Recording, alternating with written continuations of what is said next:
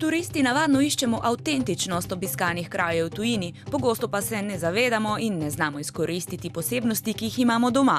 A obstajajo izjeme.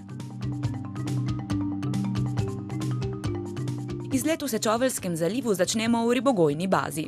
Priprava, zdrs v morje in že ste na edinstveni seansi z naravo, morjem in kanali, ki vodijo v soline.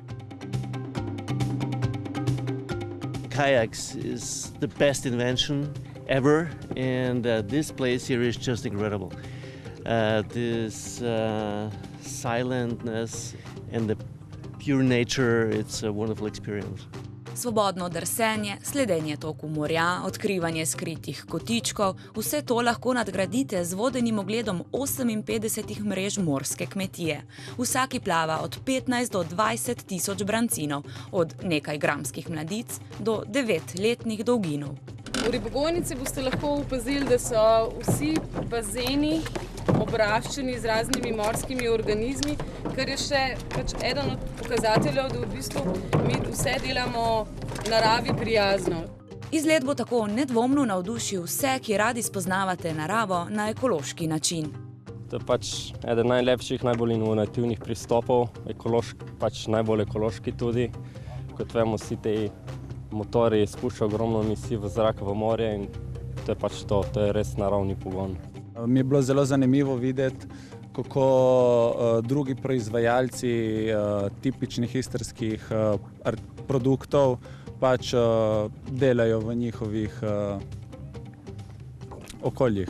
Zelo zanimivo, tak lep, zrelaksiran izlet in priporočam vsakemu. Sede ali stoje, predhodno znanje ni potrebno.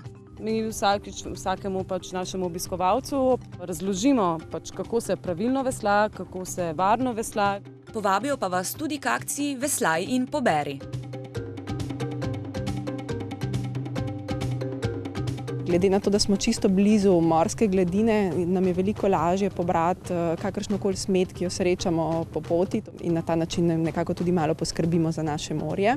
Z uporabo naravi prijaznih kajakov in supov boste lahko bolj kot s katerimkoli drugim plovilom od blizu opazovali celo vrsto živali.